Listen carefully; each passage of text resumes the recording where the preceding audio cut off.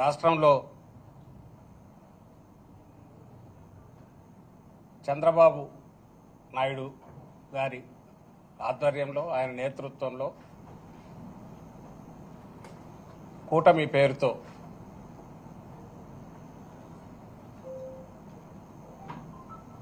మొదలైన అరాచకపు, నిరంకుశ, మోసపూరిత పాలనకు, మోసపూరిత వాగ్దానాలతో ప్రజల నుంచి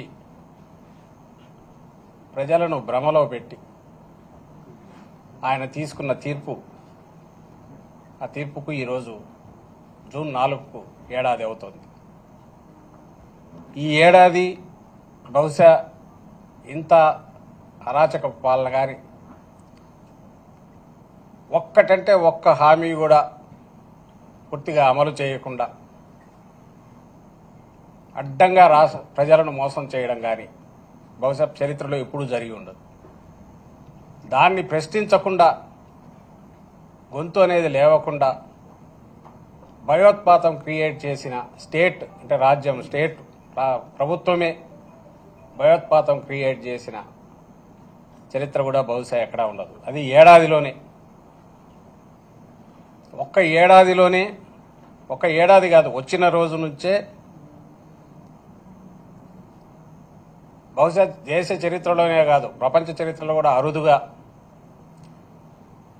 ఇచ్చిన హామీలన్నీ దాదాపు 99% దాకా, 98% దాకా తొలి ఏడాదిలో పూర్తి చేసిన ఘనత జగన్మోహన్ రెడ్డి గారిదైతే, అలాగే వినూత్నమైన విప్లవాత్మకమైన వ్యవస్థలను సృష్టించి ఆచరణలోకి తీసుకొచ్చి తద్వారా రాష్ట్రానికి, ప్రజలకు ఎప్పుడు ఏ పాలనలో కూడా 5 ఏళ్లలో ప్రజలు ఇచ్చిన మ్యాండేట్ ఏదైతే ఉందో ఆ పాలనలో చేయని విధంగా, ఎక్కడా జరగని విధంగా జగన్మోహన్ రెడ్డి గారు మేలు చేస్తే, నేను ఏడాదిలోనే ఏం చేయగలను అనేది చంద్రబాబు నాయుడు గారు చూపించారు.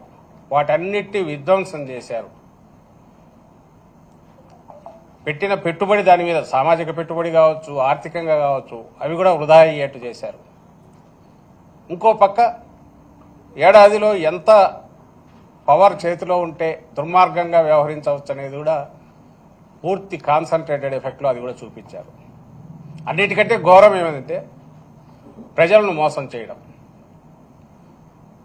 ఆ రోజు జగన్మోహన్ రెడ్డి గారు చెప్పారు, ఈయన ఏది చేసేవి కాదు, అమలు చేయడానికి అసాధ్యమైనవి, అవన్నీ చేయాలంటే 1,75,000 కోట్లు ఎంతో కావాలని ఆ రోజు లెక్క అయింది. దానికి కేవలం పథకాలకే. అది అసాధ్యమని చంద్రబాబు నాయుడుకు తెలుసు కాబట్టి ఆ అసాధ్యమైన హామీ చేసేటప్పుడు చిన్నది ఎందుకు చేయాలని అడ్డగోలుగా అసలు ఇంపాసిబుల్ హామీలు చేశాడు. ఇప్పుడు అది ఇంపాసిబుల్ అనేది తనే అంటున్నాడు. అది ఎట్లా అవుతాయి? కాదు కదా. దాని బదులు నేను సంపద ఇంకో రకంగా P4 ద్వారా అంటే స్పాన్సర్షిప్ లాగా ఎవరిని తీసుకొచ్చి వాళ్ళకి మిమ్మల్ని కలుపుతాము, మీరు చూసుకోండి అని అంటున్నాడు. లేదా సంపద సృష్టించే ఇదేదంటే నా చెవులో చెప్పండి అంటున్నాడు.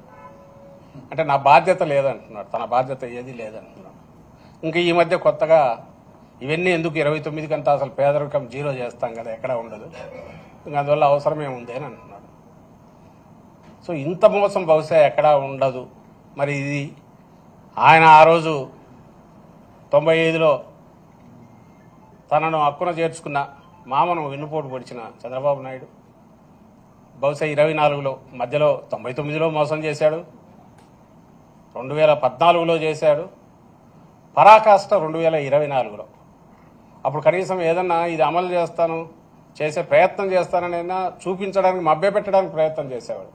కానీ ఈసారి అది కూడా లేదు. బరి తెగించి అవును కుదరదు, ఏం చేస్తారని అడుగుతున్నాడు.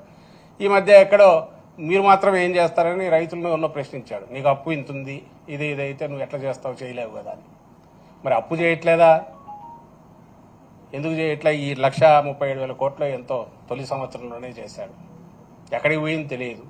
ఒక్క డెవలప్మెంట్ కానీ సంక్షేమ కార్యక్రమాలు కానీ లేవు. సో ఇంత దారుణమైన ఇది ప్రశ్నించకుండా, ఈ అన్యాయాలను ప్రశ్నించకుండా ఉండే రకంగా హింసాకాండం సృష్టించి తప్పుడు కేసులు పెట్టి అరాచకం క్రియేట్ చేసి నా పాలన, దీనికి ఇప్పుడు ఆ రోజు మామకు పొడిచిన వాడు వెన్నుపోటు ఈరోజు రాష్ట్ర ప్రజలు 5 కోట్ల మంది ప్రజలకు వెన్నుపోటు అన్నాం కానీ యాక్చువల్ అయితే స్ట్రైట్ పోటే ఎదురుగానే నిలబెట్టి పొడిచాడు. దీనికి పేటెంట్ హక్కు ఎవరిదంటే చంద్రబాబు గారిది కాబట్టి వెన్నుపోటు అంటే వెన్నుపోటు దినంగా జూన్ 4న జరపాలని పార్టీ నిర్ణయించింది. అధ్యక్షులు ఇప్పటికే ప్రకటించారు జగన్మోహన్ రెడ్డి గారు. ఇది నియోజకవర్గ స్థాయిలో ర్యాలీల రూపంలో ప్రదర్శనగా వెళ్ళి అక్కడ ఉన్న ప్రభుత్వ ప్రతినిధులు ఎవరైతే ఉన్నారో అధికారులుగా నియోజకవర్గ స్థాయిలో ఎంఆర్ఓ కానీ, ఆర్డీఓ కానీ, జిల్లా కలెక్టర్లు కానీ శాంతియుతంగా ర్యాలీ జరిపి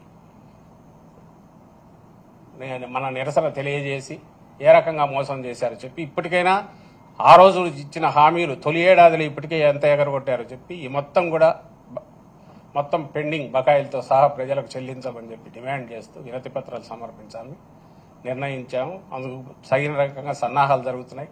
అందులో భాగంగానే ఈరోజు ఇక్కడ పోస్టర్ రిలీజ్ చేశాం.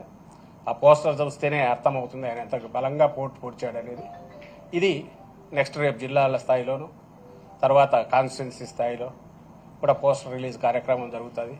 దీంట్లో పార్టీ నాయకులు, కార్యకర్తలే కాకుండా మోసాలకు గురైన అన్ని వర్గాల ప్రజలు వీలైనంతగా వాళ్ళు కూడా పాల్గొని ఆ గొంతు ఎంత బలంగా ఎలుగెత్తి నినదించాలంటే చంద్రబాబు ఆ దెబ్బకు కొంచెం ఆయన దిగి వచ్చి తాను ఇచ్చిన హామీలు నిలపకపోతే తన ఉనికికే ప్రమాదం, రాజకీయంగా తన ఉనికికే ప్రమాదం అనేది గుర్తించి ఇప్పటికైనా ఆ హామీలు నెరవేర్చాలనే ప్రెషర్ బిల్డప్ అయ్యే రకంగా అన్ని వర్గాల ప్రజలు పాల్గొనాలని కోరుతూ దానికి సంబంధించిన పోస్టర్ కార్యక్రమం ఈరోజు విడుదల కార్యక్రమం చేశాను. Thank you.